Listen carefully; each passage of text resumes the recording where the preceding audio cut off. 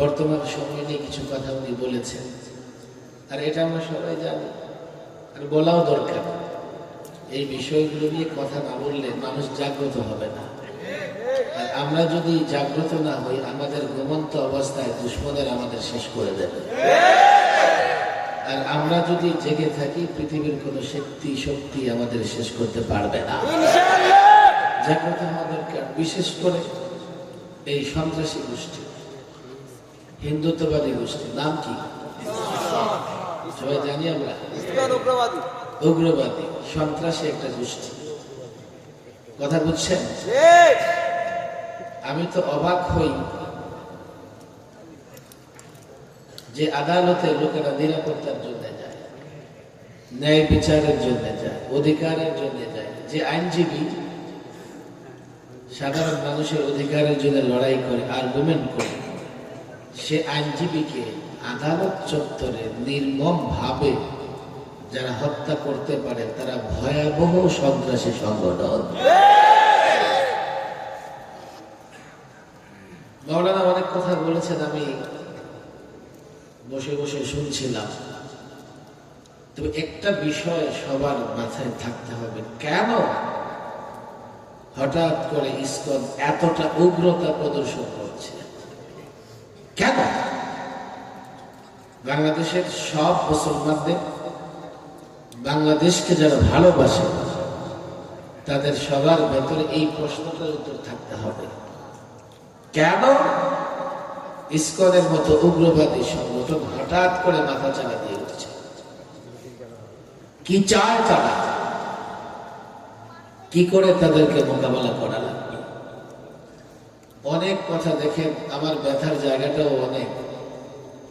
আমি গত 16 বছরে 3 দফা লম্বা সময় সরকারি মেহমানখানায় ছিলাম। এবারও 21 থেকে 23 পৌনে 2 মাস এবার রিমান্ডে আমি ছিলাম। বাংলাদেশের শীর্ষ আলেমরা সবার সঙ্গে দেখা হয়েছে সরকারি মেহমানখানায়। কথা অনেক জমা আছে, ব্যথার জায়গাটাও অনেক। ক্ষত যেহেতু বেশি, মেরামত করার জন্য সময়ও লাগে বেশি। কেন ইসকনের মতো উগ্র সংগঠন হঠাৎ করে মাথা চাড়া দিয়েছে? আমি নোয়াখালীর খবর জানি না, বা লক্ষ্মীপুরে কি অবস্থা। হঠাৎ করে এক জেলায় তারা 10-20 হাজার লোক জমা হয়ে যায়। চট্টগ্রামে তো স্লোগান দিতেছে কি, একটা একটা মুসলমান ধরে ধরে জবাই করে। মানে সাম্প্রদায়িক দাঙ্গা লাগাবার জন্য যতটা উগ্রতা দেখানো দরকার, পুরাটাই ইসকন দেখিয়েছে। আর এদেশে সংখ্যালঘুদের নিরাপত্তা আছে, এটাই বড় প্রমাণ যে আদালত চত্বরে একজন মুসলিম আইনজীবীকে হত্যা করার পরেও এদেশের মুসলমান কোন অমুসলিমদের বাড়িতে ডিল পর্যন্ত ছোড়ে নাই। কেন?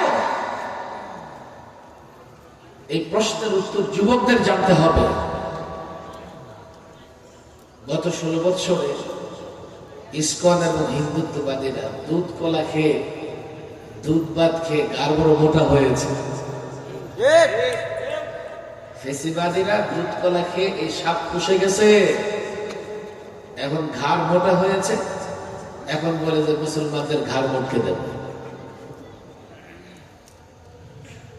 গত 16 বছরে সবচাইতে বেশি জুলুম সহ্য করেছে ওলামায়ে কেরাম। জেলের ভেতরে আলেমরা, সে যে দলেরই হোক, আমার দলের হোক আর আপনার দলের হোক, আলেম মাত্রই গত 16 বছরে সবচাইতে বেশি জুলুম সহ্য করেছে।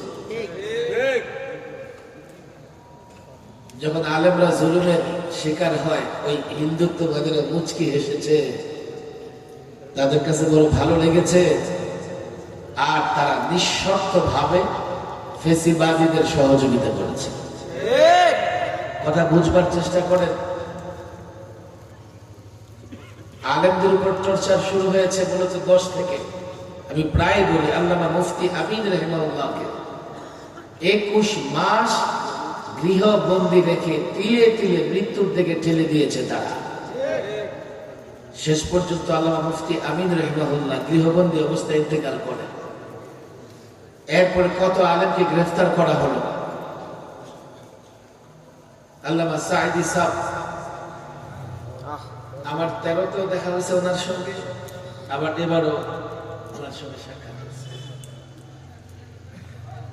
অসংখ্য আলেমকে জেলখানায় পুরে দিনের পর দিন নির্যাতন করেছে। 13তে শাহবাগে যখন নাস্তিক মোরতাদ ব্লগাররা আল্লাহর নবীকে নিয়ে কটূক্তি করল, উম্মাহাতুল মুমিনিন আমাদের মা নবী পত্নীগণকে নিয়ে কটূক্তি শুরু করলো, আর টুপি দাড়িওয়ালাদের রাজাকার বানায় বানায় ফাঁসি দিতে থাকলো। নবী প্রেমিক ওলামা প্রেমিকরা শাপলা চত্বরে জমায়েত হল। শাহবাগের নাস্তিক মোরতাদরা দিনের পর দিন মাস থেকেছে, তাদেরকে বিরিয়ানি খাওয়ানো হয়েছে। আর নবী প্রেমিকরা যখন শাপলা চত্বরে জমায়েত হয়েছে, বিদ্যুৎ বন্ধ করে, ক্যামেরা বন্ধ করে, মিডিয়া ব্যান করে 2.5 লক্ষ বুলেট নিক্ষেপ করে নবী প্রেমিকদের বুক জাজরা করে দেওয়া হয়েছে। এবার 21শে নরেন্দ্র মোদীর আশাকে কেন্দ্র করে 2600 আলেম ছাত্র টুপি দাড়িওয়ালা যুবকদের গ্রেফতার করে হাই সিকিউরিটি জেলে, ফাঁসির সেলে 24 ঘন্টা তালাবদ্ধ করে নির্যাতন করা হয়েছে। জেলখানায় আলেমদের উপর যে নির্যাতন হয়েছে, ভাষা নাই ব্যক্ত করবা। আলেমদের জেলের ভেতরে আমরা দেখেছি সব স্বাধীন। ধর্ষণ মামলার আসামি পুরো জেল ঘুরে বেড়াচ্ছে,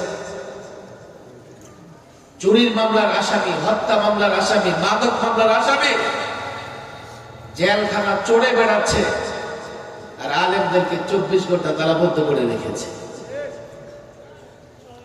আপনাদের কষ্ট হচ্ছে না? নতুন একটা জেল বানিয়েছে কেরানীগঞ্জ সেন্ট্রাল জেল। আফসোস মুসলমান ভাইদের জন্য। আরে তোমরাও তো নিজেরা মুসলমান দাবি করো নিজেদেরকে। এই জেলখানায় সব আছে, সব আছে। সব কি জানেন?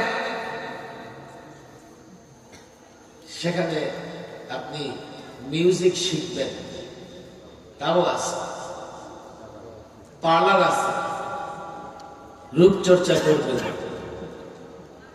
বডি বিল্ডিং করবেন, তো ব্যায়ামাগার আছে, সব আছে। বিশাল যেটা মাঠ আছে, কিন্তু নাই একটা মসজিদ। নামাজ পড়ার জায়গাটাই নাই। জেলখানে আমরা দেখতাম সব আসামিরে ঘুরে বেড়ায়, আর আলেমরা জানলা দিয়ে তাকিয়ে থাকে, তালাবদ্ধ রোগ। এক এক আলেমকে তার পরিবার থেকে বিচ্ছিন্ন করে দেওয়া হয়েছিল। কোন যোগাযোগ ছিল না বাইরের সঙ্গে আমাদের। এক এক আলেমকে কোর্টে উঠাবে, হেলমেট, বুলেট প্রুফ জ্যাকেট, হাত করা ডান্ডা বেরি,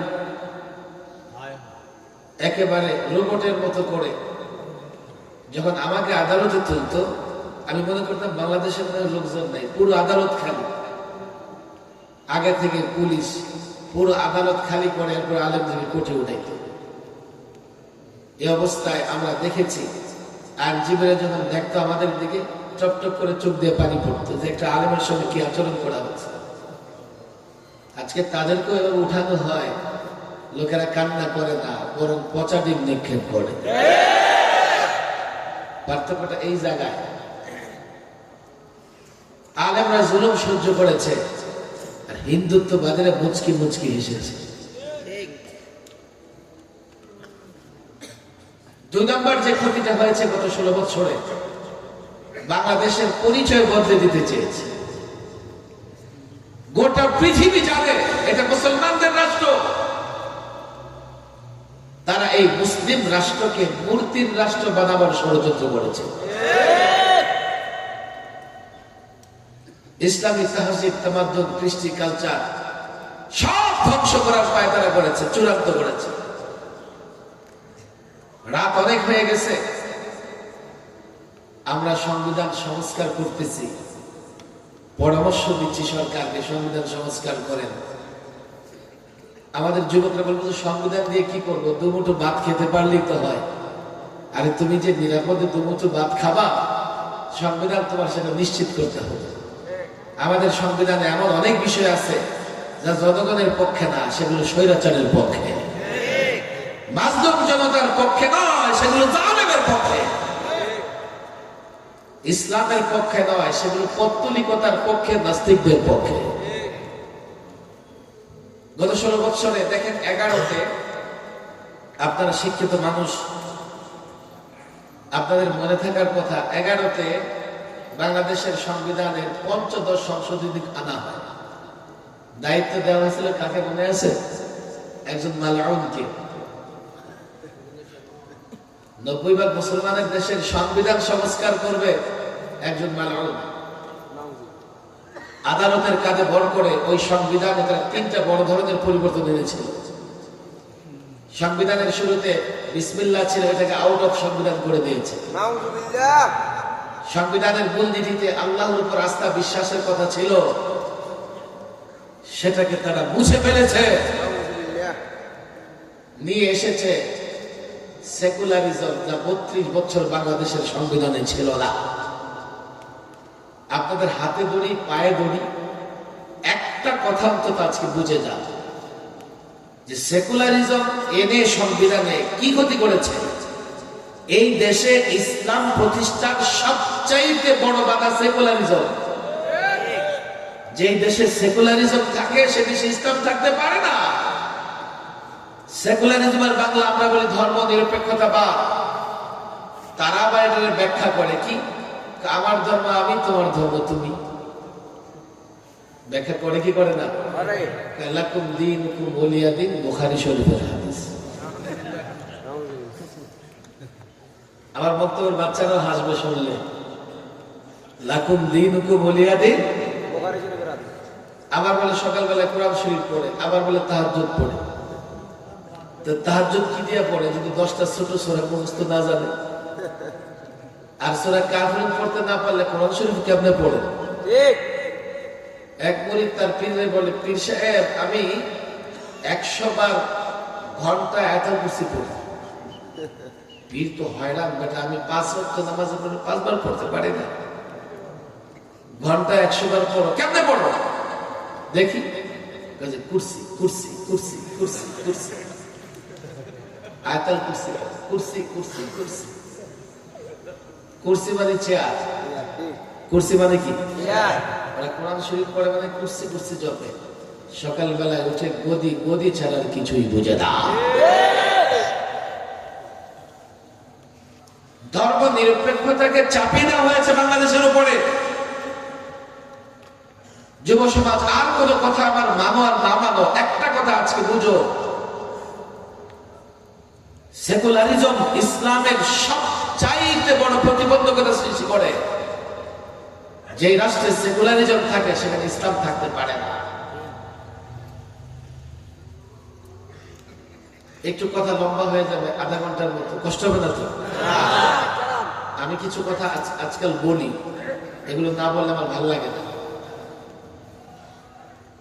ঢাকায় একটা কামাল আতাতুর্ক এভিনিউ আছে, আছে না নাই? আমি জেল থেকে বের হয়ে গেলাম চট্টগ্রামে, গিয়ে টানেলের রাস্তায় ঢুকলাম। ঢুকেই দেখি এই রাস্তার নামকরণ করা হয়েছে কামাল আতাতুর্ক রোড।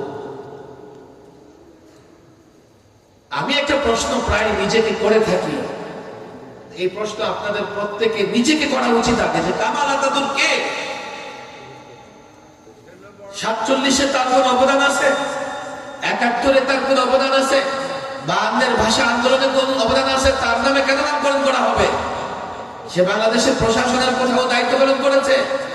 কিচ্ছু না। এদেশের মানুষ কামাল আতাতুর্ককে চিনেই না, কেননা তার বাড়ি তুর্কি, তুরস্কে।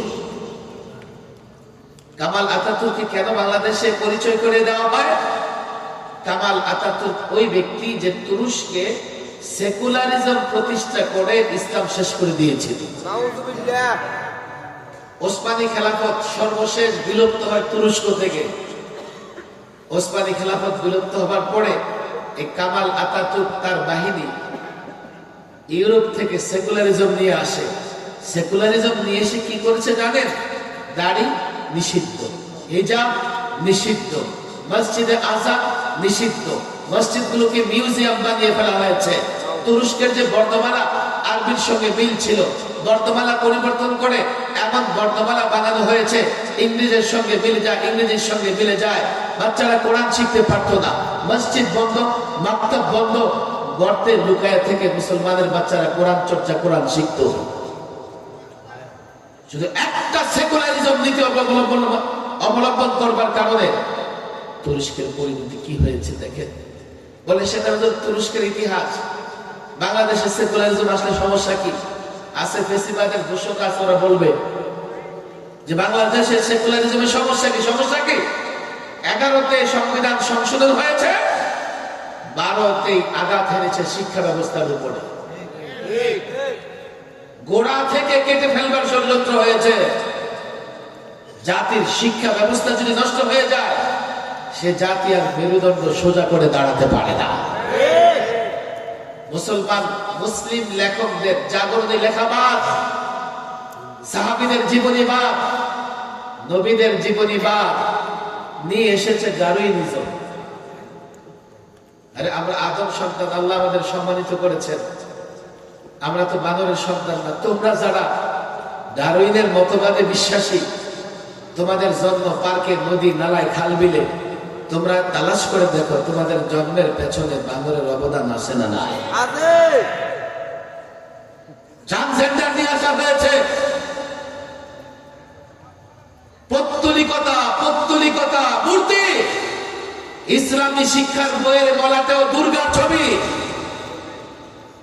ইসকন শান্তিতে ছিল, তারা দেখছে যে তাদের সমর্থিত সরকার ইসলামের মূলোৎপাটন করছে। আজকে আমরা যখন পাঠ্যক্রম সংশোধন করছি, সংবিধান সংশোধন করছি, আল্লাহর কসম করে বলি, আলেমরা যখন মাথা উঁচু করে দাঁড়াচ্ছে, এটা তাদের বরদাস্ত হচ্ছে না। তারা যেটা চায় আলেম আবার জুলুমের শিকার হোক, তারা যেটা চায় ইসলাম ধ্বংস হোক। এর জন্য তারা সংখ্যালঘু হিন্দু সম্প্রদায়ের উপরে ভর করে ষড়যন্ত্র করছে। এই ষড়যন্ত্রের মাধ্যমে ফ্যাসিবাদকে ফিরিয়ে আনতে চায়, এই ষড়যন্ত্রের মাধ্যমে বাংলাদেশের পরিচয় বদলে দিতে চায়, এই ষড়যন্ত্রের মাধ্যমে ইসলামকে পরিপূর্ণ নস্যাৎ করতে চায়। আল্লাহর কসম, দেশে যারা নৈরাজ্য সৃষ্টি করবে, বিশৃঙ্খলা সৃষ্টি করবে, আমরা চুপ করে বসে থাকবো না। আমাদের বক্তব্য এক্ষেত্রে স্পষ্ট। বাংলাদেশ সাম্প্রদায়িক সম্প্রীতির দেশ। 53 বছরে কখনোই আমরা কোন ধর্মের লোকদের উপর জুলুম করি নাই। আপনারা বলবেন হুজুর আপনারা বলতেছেন না, ওরাও বলতেছে। এই তো 3 দিন আগে শীর্ষ আলেম, হিন্দু, বৌদ্ধ, খ্রিস্টান, গারো সব ধর্ম নেতাদের প্রধান উপদেষ্টার নেতৃত্বে একটা বৈঠক হয়েছে। সব ধর্মের নেতারা একটা কথাই বলেছেন যে আমরা ভালো আছি,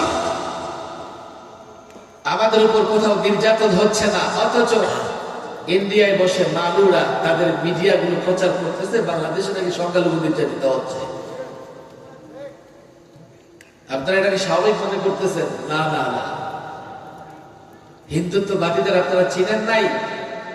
মাওলানা বলেছেন হায়দ্রাবাদ এক রাতে আগ্রাসন চালিয়ে হায়দ্রাবাদ দখল করে দিল। আজকে 70 বছরেও কাশ্মীরি জনগণ তাদের স্বাধীনতা পেল না। সর্বশেষ স্বায়ত্ত শাসন বাতিল করে সেনাবাহিনী দিয়ে দেশটাকে পরিপূর্ণ নিয়ন্ত্রণে নিয়ে নিয়েছে। হিন্দুত্ববাদীরা কতটা ভয়াবহ, এটাকে একটু খেয়াল করতে হবে, বুঝতে হবে। এখন তারা সংখ্যালঘু নির্যাতিত হচ্ছে বলে নরেন্দ্র মোদীকে আহ্বান জানাচ্ছে, আপনি আসেন। যেমন কদিন আগে আহ্বান জানিয়েছিল ট্রাম্পকে, তোমরা ট্রাম্পের ছবি নিয়ে নেমে পড়ো। কেন? ট্রাম্পের ছবি নিয়ে যদি নামে আর পুলিশ বাধা দেয়, ট্রাম্পকে বলবে মিস্টার ট্রাম্প, আমি আপনারা আসেন। সুদূর বাংলাদেশ থেকে আপনার জন্য মাইর খেতেছে, আপনি এক জাত শূন্য পাঠিয়ে দেন যাতে আমি আবার ফেসিবাদ কায়েম করতে পারি। ট্রাম্প তো সারা দেয় নাই, এত দূরে টেরো পায় নাই।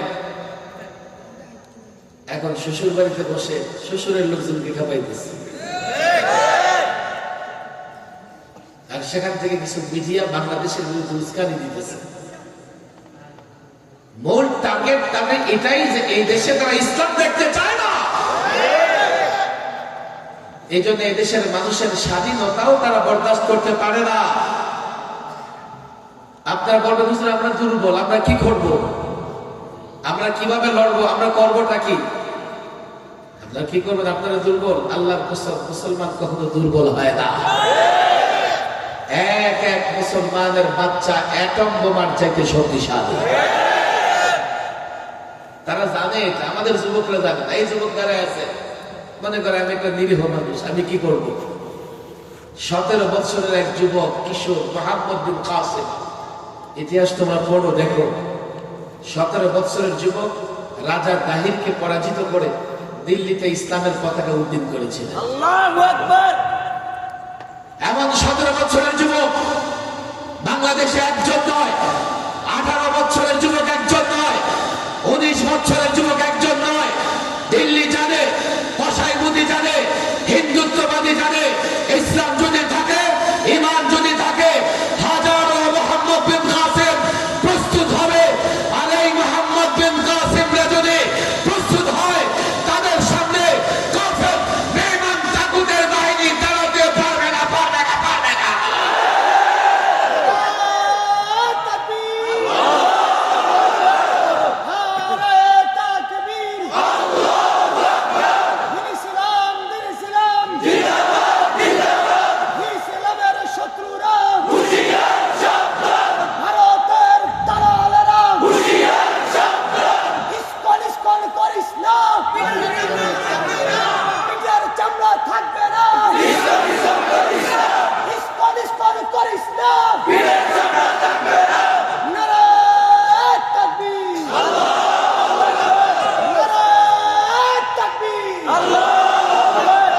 ইসকনের একটা সন্ত্রাসীকে গ্রেফতার করছে, হিন্দু সম্প্রদায় নির্যাতনের শিকার হচ্ছে।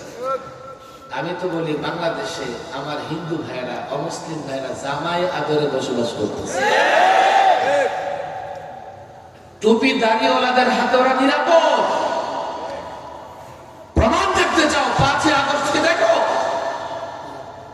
5ই আগস্টে আমার ছাত্র শিক্ষক, টুপি দাড়িওয়ালা যুবক মুসলমান ইসলামী সংগঠনের ছেলেরা তাদের উপাসনালয় পাহারা দিয়েছে, না হলে এতদিনে তাদের অস্তিত্ব শেষ হয়ে যেত। কিন্তু যারা সন্ত্রাসী কর্মকাণ্ড করবে তার কোন ধর্ম কিংবা দলীয় পরিচয় থাকবে না। ইসকন তার ধর্ম দলীয় পরিচয় থাকতে পারে না, এটা সন্ত্রাসী সংগঠন। তারা যে সন্ত্রাসী কর্মকাণ্ড করেছে, ইতিপূর্বে বাংলাদেশে এতটা ভয়ঙ্কর সন্ত্রাসী কর্মকাণ্ড কেউ করতে পারে না। দেশটাকে হেফাজত করতে হবে। দেখেন, কথা বুঝবার চেষ্টা করে, দেশটাকে কেন হেফাজত করতে হবে? এক, এই দেশটা আমরা ইসলামের জন্য পেয়েছি এবং এটা ইসলামের একটা নিরাপদ ভূমি। কথা ঠিক না বেঠিক? যদি দেশ আক্রান্ত হয়, ইসলাম আক্রান্ত হবে। দেশ যদি আক্রান্ত হয়, মুসলমান আক্রান্ত হবে। দেশ আক্রান্ত হলে মসজিদ আক্রান্ত হবে। দেশ আক্রান্ত হলে মাদ্রাসা আক্রান্ত হবে।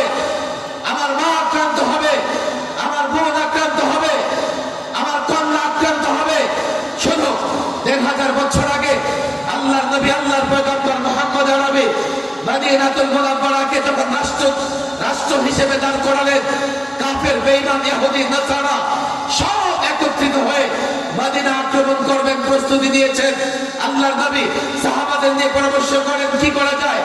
আজকে যেমন আমেরিকা দেখো একজোট হয়ে মুসলমানদের বিরুদ্ধে লড়াই করে, সেদিন কাফের বেঈমানের সমস্ত দল উপদল গোত্র জোটবদ্ধ হয়ে একত্রিত হয়ে মদিনা আক্রমণ করেছিলেন, যাকে বলা হয় গজওয়াতুল আহজাব, খন্দকের যুদ্ধ।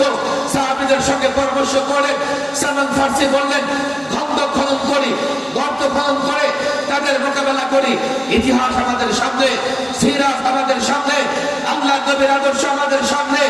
রাত দিন মেহনত করে কাফের এগিয়ে আসছে, সাহাবায়ে কেরাম মেহনত করে খন্দক খনন করেছে।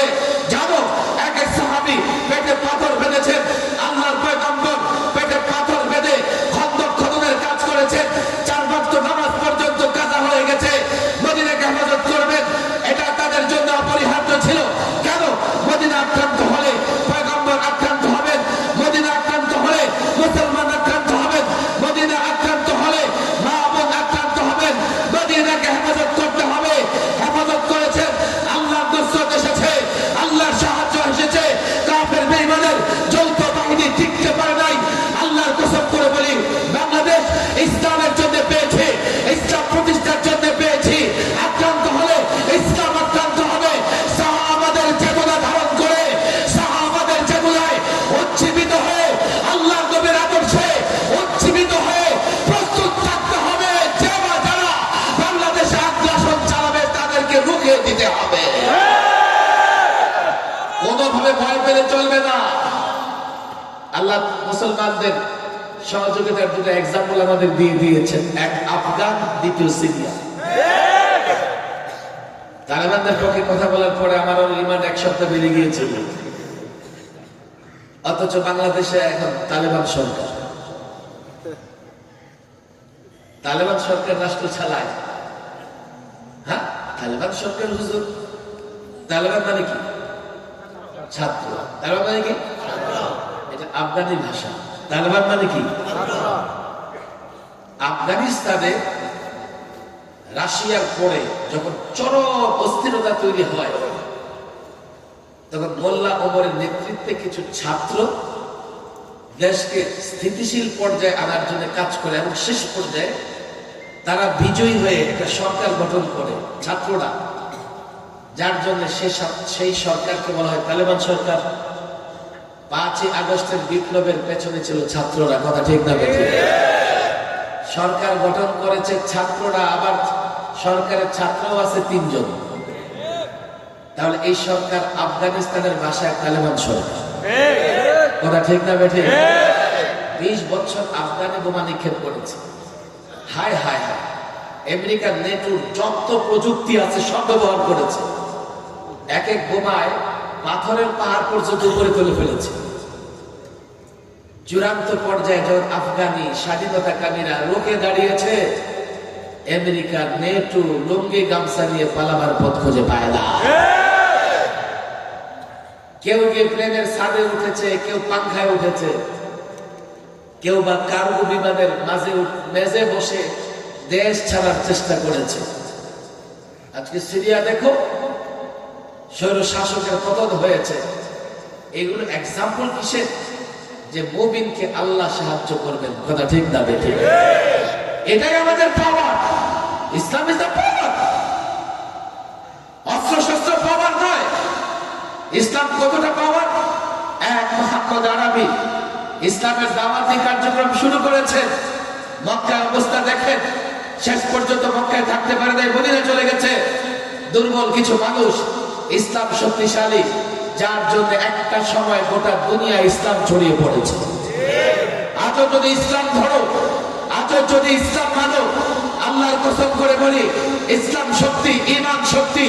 ইসলাম যদি ধরো, ইসলাম যদি মানো, অস্ত্র কম থাকতে পারে, ভূখণ্ড ছোট্ট হতে পারে, ঈমান ইসলাম থাকলে যদি কেউ আমাদের উপর আগ্রাসন চালায়, আমি তো পরিষ্কার বলি, ভারত যদি বাংলাদেশে আগ্রাসন চালাবার চেষ্টা করে, এদেশের এক একটা যুবক এতটা পাওয়ারফুল, ঈমানের বলে বলিয়ান, বাংলাদেশে আগ্রাসন চালালে ভারত টুকরা টুকরা হয়ে যাবে। ভারতের অস্তিত্বই থাকবে না। যতই তারা বলে গলা টিপে ধরবে, ধরতে আসো, বাংলাদেশ তোমাদের জন্য ক্যান্সার হয়ে যাবে। ঈমান ইসলামটাকে মজবুত করে ধরতে হবে। দুটা কথা ইসলাম সম্পর্কে সজাগ থাকবেন, যাতে কোথাও অমুসলিমদের উপাসনালয়ে বাড়ি করে, হিন্দু সম্প্রদায়ের বাড়ি করে আঘাত করে দায়ভার আপনার উপর চাপাইতে না পারে। আমরা রাষ্ট্রের পাহারাদারি করতেছি, রাষ্ট্রের জনগণের নিরাপত্তা আমরা কাজ করব। দ্বিতীয়ত, আমরা সরকারকেও বলেছি, একটা ইসকন সদস্য যে কটা সন্ত্রাসী কর্মকাণ্ডের সঙ্গে জড়িত, তাদেরকে ধরে আইনের কাঠগড়ায় দাঁড় করাতে হবে। 2 নম্বর, আমাদের মূল শক্তি ঈমান এবং ইসলাম।